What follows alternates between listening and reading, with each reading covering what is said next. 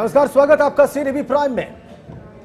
विदेशी पूंजी निवेश को लेकर अगर रिटेल मार्केट की बात करें, लगातार बहस जारी है। सरकार को अंदर और बाहर दोनों तरफ विरोध झेलना पड़ रहा है, लेकिन कैबिनेट ने इस प्रपोजल को क्लियर कर दिया है। जाहिर सी बात है, विरोध भी होगा और समर्थन भी होगा, लेकिन इसकी सच्चाई क्या है?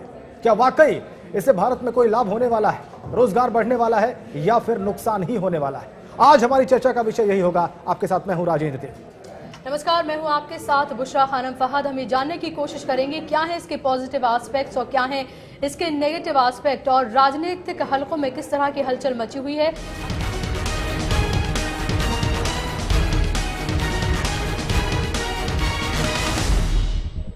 संसद में विपक्ष और कैबिनेट में अपने कुछ सहयोगियों और यूपीए के दलों के विरोध के बावजूद मनमोहन सरकार ने सिंगल ब्रांड रिटेल में 100% और मल्टी ब्रांड में 51% विदेशी निवेश को आखिरकार मंजूरी दे दी। किराना बाजार में विदेशी निवेश, मंत्रियों में नहीं एक राय, सहयोगी दल हुए नाराज, लेकिन फिर भी हुआ फैसला। रुपए की कमजोरी और मंदी की आहट से परेशान सरकार ने किराना बाजार में विदेशी निवेश को बुलाकर बड़ा दांव खेला है, मगर विपक्ष की तो छोड़िए, उसके अपनों को ही यह फैसला रास नहीं आ रहा। गुरुवार को ही कैबिनेट की जिस बैठक में इसका फैसला हुआ, उसके बारे में ये खबर आई कि मंत्रियों में ही इसे लेकर आम राय नहीं थी। तृणमूल कांग्रेस ने शुरू से ही इस फैसले का विरोध करने का ऐलान किया था और पार्टी लाइन के मुताबिक रेल मंत्री दिनेश त्रिवेदी ने साफ कहा कि इस बारे में कोई भी फैसला सभी दलों से राय मशविरा करने के बाद ही करना चाहिए। हमारा कहना यही है, जो बाहर हम कहते हैं, कैबिनेट की बात हम नहीं करते हैं, कि इसमें चर्चा होनी चाहिए, क्योंकि आपने जिसको फायदा होगा उससे तो चर्चा कर ली, मगर जिसको नुकसान हो सकता है उससे आपने चर्चा की कि नहीं। इसके अलावा डीएमके के कोटे से रसायन और उर्वरक मंत्री एमके अलागिरी ने भी विरोध के सुर बुलंद किए। विरोध का मुख्य मुद्दा देश के मौजूदा खुदरा कारोबार और कारोबारियों के तबाह होने की आशंका थी।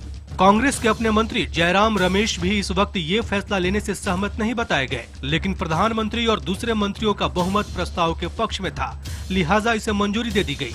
इसके पीछे ये दलील दी जा रही है कि इससे देश में बड़े पैमाने पर रोजगार और निवेश आएगा।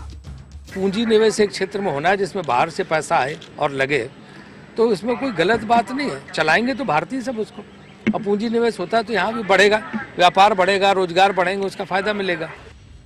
यूपीए 1 के वक्त भी रिटेल में एफडीआई लाने की सुगबुगाहट हुई थी, मगर तब वामपंथी दलों ने सरकार की बैसाखी खींचने की चेतावनी देकर इसे मंजूर नहीं होने दिया। मगर अब सरकार जानती है कि सहमति हो या नहीं, उसका कोई सहयोगी दल इस मुद्दे पर सरकार से अलग होने का जोखिम नहीं ले सकता। एफडीआई के मसले पर ऐसा नहीं कि सरकार के विरोध में विपक्ष और सहयोगी दल ही हैं, बल्कि सरकार के भीतर भी नाराजगी उठ रही है। जाहिर सी बात है कि अब विपक्ष ये सवाल खड़ा कर रहा है कि आखिर गठबंधन धर्म का क्या हुआ। कैमरामैन दिलीप मैटी के साथ सैयद मोजिज इमाम, सीएनबी न्यूज, दिल्ली। तो विरोध हो रहा है और लगातार खुद यूपीए के अंदर भी और विपक्षी पार्टियां तो जाहिर सी बात है विरोध इसका कर ही रही हैं।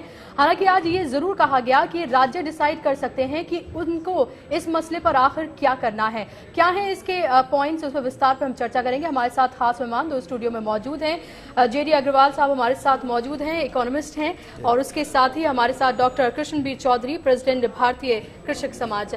बहुत बहुत स्वागत है आप दोनों लोगों का। आपसे मैं शुरुआत करना चाहूंगी कृष्ण जी।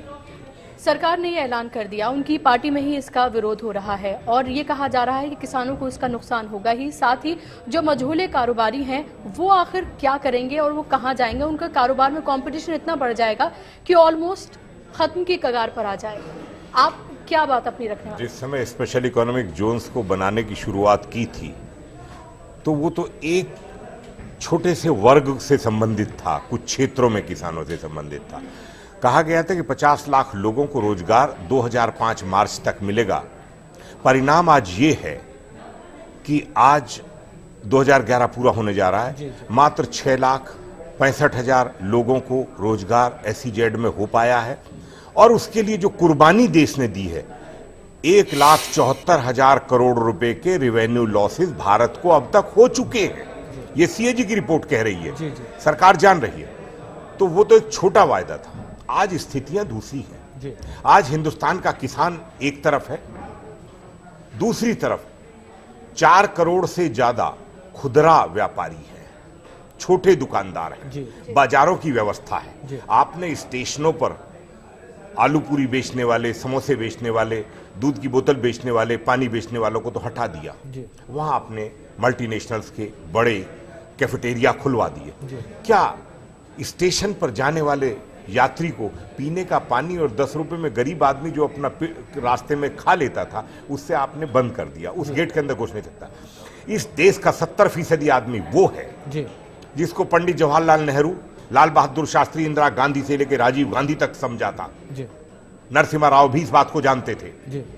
सवाल इस बात का है कि सरकार में बैठे हुए लोग WTO की मिनिस्ट्रियल बैठक 15, 16, 17 तारीख को जो जेनेवा में होने जा रही है, उसके लिए दूसरों के बाजार को पूर्ति करने के लिए अपने ऑब्लिगेशंस को जो वहां वायदे करके आए हैं, देश को बेचा जा रहा है।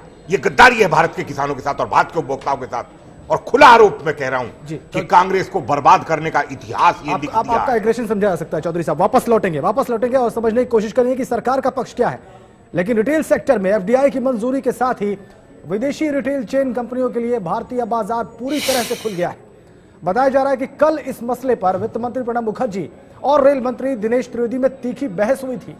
दोनों के बीच नोकझोंक को रोकने के लिए 3 मंत्रियों ने बीच बचाव किया और रेल मंत्री दिनेश त्रिवेदी को FDI से होने वाले फायदे को समझाने की भी कोशिश की गई, जिसके बाद कहीं जाकर रेल मंत्री के तेवर कुछ नरम हुए और उसके बाद कैबिनेट ने मल्टी ब्रांड में 51% और सिंगल ब्रांड में 100% निवेश पर मुहर लगा दी है।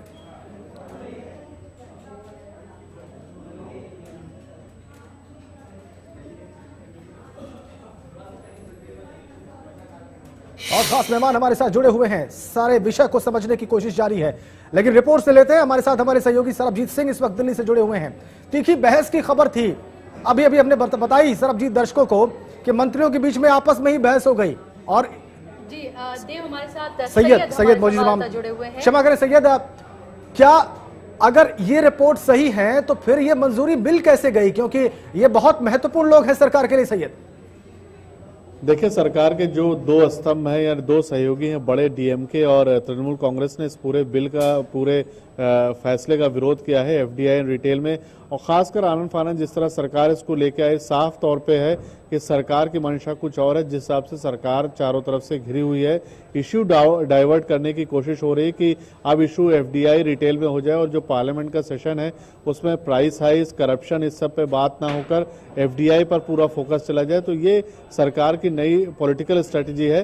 लेकिन जहां तक FDI के रिटेल की बात है, कल जो कैबिनेट की बैठक हुई उसमें ऐसा नहीं कि दिनेश त्रिवेदी और प्रणब मुखर्जी के बीच ये तीखी नोकझोंक हुई, बल्कि सरकार के 2 मंत्री जो कांग्रेस के हैं, सोर्सेज बता रहे हैं कि वीरप्पा मोइली और जयराम रमेश ने भी FDI रिटेल खोलने का विरोध किया था। और आपको पता है इसके रेमिफिकेशंस क्या होंगे। हालांकि इकोनॉमिस्ट अलग अलग राय रखते हैं। सरकार का दावा है कि इसमें 3 साल में 5 से 6 लाख जॉब्स क्रिएट होंगे, लेकिन जो रेहड़ी पटरी वाले हैं और जो ऐसे लोग हैं उनके प्रोटेक्शन के लिए कोई जाहिर सी बात है सैयद, इसीलिए विरोध जो है खुद पार्टी के, जिस तरह से आप बता रहे हैं कि पार्टी के जो मंत्री हैं वो खुद कर रहे हैं, उसके अलावा जो सहयोगी पार्टियां हैं वो भी इसका जमकर विरोध कर रही हैं। हमारे साथ दो खास मेहमान भी मौजूद हैं, उनसे अपनी चर्चा आगे बढ़ाएंगे। डॉक्टर कृष्ण, आपसे हम बात कर रहे थे, अगर फिलहाल की हम यहाँ पर बात करें तो जिस तरह से लगातार हम देख रहे हैं कि जो विरोध है वो बढ़ता ही जा रहा है और आगे भी और ज्यादा विरोध देखने को मिल सकता है। अब ऐसे में सरकार ने आखिर इस तरह से अपने घुटने क्यों टेके हैं कि अगर इतना विरोध भी है उसके बावजूद भी वो हर हालत में इसको पास कराने के लिए मजबूर है या कराना चाहती है? क्योंकि विकसित देशों के अंदर रिसेशन हो रहा है, उनकी अपनी कंडीशन आर्थिक रूप से टूट गई है, बाजार की ताकतें अपने लिए बाजार चाहती हैं मल्टीनेशनल कॉर्पोरेशन, इसीलिए वॉलमार्ट, टेस्को, केयरफॉर को बाजार चाहिए। तो बाजार इसलिए खोला है सरकार ने, उनकी आर्थिक स्थिति को संभालने के लिए ये मौका सरकार ने दिया है। हकीकत ये है, भारत के किसान से और भारत के उपभोक्ता से और भारत के व्यापारी और दुकानदार से कोई वास्ता नहीं है। बहुत बड़ा झूठ और धोखा। आखिर वजह क्या है? वीरप्पा मोइली ने विरोध किया, गलत विरोध नहीं किया। जयराम रमेश ने विरोध किया, इसलिए विरोध किया है कि वो जानते हैं कि आने वाले समय में क्या स्थिति होगी, देश के अंदर तोड़फोड़ होगी, बड़े पैमाने पर बवाल हो जाएंगे इस FDI के मामले में। क्या वाकई जेडी अग्रवाल साहब अर्थशास्त्री जेडी अग्रवाल साहब हमारे साथ हैं। अग्रवाल साहब, जो बातें सामने आ रही हैं, चौधरी साहब ने जो कहा, इससे आप सहमत हैं कि नहीं? क्या वाकई इतने बड़े पैमाने पर सब कुछ हुआ है? देखिए, रिटेल में एफडीआई का प्रश्न जब जब उठा है, इसके ऊपर मिली जुली प्रतिक्रिया आई है और ये स्वाभाविक भी है। ये मानना कि किसी भी डिसीजन, पॉलिसी डिसीजन के लिए 100% सपोर्ट मिलेगी या क्रिटिसिज्म होगा, ये मुश्किल है। जहाँ तक सरकार की बात है, एक प्रश्न जो सरकार के सामने है, इस समय ग्लोबल मंदी के दौर में किस प्रकार से अपनी ग्रोथ को मेंटेन कर सके ताकि एम्प्लॉयमेंट जनरेट हो सके, अधिक से अधिक बिजनेस, ट्रेड और इन्वेस्टमेंट को बढ़ावा मिल सके। आपको लगता है कि सरकार के मैं अभी इसी बात पर आ रहा हूँ, ये सबसे बड़ा प्रश्न सरकार के सामने है। जी। जब 8% की बात हम सोच रहे थे, उसके बाद आहिस्ता आहिस्ता एस्टिमेट करके 7.5% पर आए, और अब जिस प्रकार से यूरो जोन में और अरेबियन वर्ल्ड में पॉलिटिकल क्राइसिस है और यूरो जोन में फाइनेंशियल क्राइसिस जिस तरीके से बढ़ रही है और जिस तरीके से दुनिया भर में छंटनी हो रही है, उस समय हमारे सामने ये प्रश्न है कि किस प्रकार से हम अपने लोगों की वेलफेयर को मैक्सिमाइज कर सके। जी। उसके लिए जरूरी है कि हम 7.5% अगर ग्रोथ मेंटेन कर सके और किसी भी दिशा में 7% से कम हमारी ग्रोथ ना हो, अधिक से अधिक एम्प्लॉयमेंट जनरेट हो। और जो भारत की जो सबसे बड़ी समस्या इस समय कृषि के रूप में है, जो कि ये शायद मेरी बात को सपोर्ट करेंगे, वो ये है कि जो पेरिशेबल कमोडिटीज़ हैं वो बहुत ज़्यादा ख़राब हो जाती हैं, वेस्ट हो जाती हैं, नुकसान हो जाता है।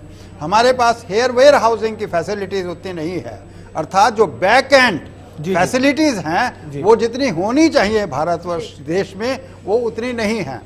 इस पर्टिकुलर जो स्कीम लाई गई है उसके अंदर बैक एंड की बात की है कि अगर आप $100 मिलियन लाने की बात कर रहे हैं तो $50 मिलियन बैक एंड फैसिलिटीज में आपको इन्वेस्ट करना होगा। एक बात तो ये है। दूसरी चीज ये है कि पॉपुलेशन उसी टाउन्स में इस चीज को परमिट किया जाएगा जहां पर ये ऐसा होगा। तीसरी चीज ये है कि इससे ऐसी उम्मीद की जा रही है कि 8 से 10 मिलियन जॉब्स क्रिएट होंगे, लोगों को रोजगार मिलेगा। रोजगार एक बहुत बड़ी समस्या है उस समय पर जहां छंटनी हो रही है। लेकिन यहाँ पे ये भी सवाल है कि जो लोग खुद अपना व्यापार करते हैं, क्या वाकई में जो उनको एम्प्लॉयमेंट दिया जाएगा? आपने बिल्कुल ठीक कहा, मैं अभी उसी बात पर आ रहा था। तो चलिए इस पर हम विस्तार से चर्चा करेंगे, लेकिन फिलहाल हमें यहाँ पर रुकना होगा एक बहुत छोटे से ब्रेक के लिए, और अपने इसी पॉइंट से हम आगे बढ़ेंगे। क्या एम्प्लॉयमेंट जनरेट करने की बात की जा रही है, साथ में जो व्यापार अपना खुद का करते हैं, क्या वाकई में उन्हें उस तरह की जॉब्स दी जाएंगी? हमारी चर्चा जारी रहेगी, जल्द लौटते हैं।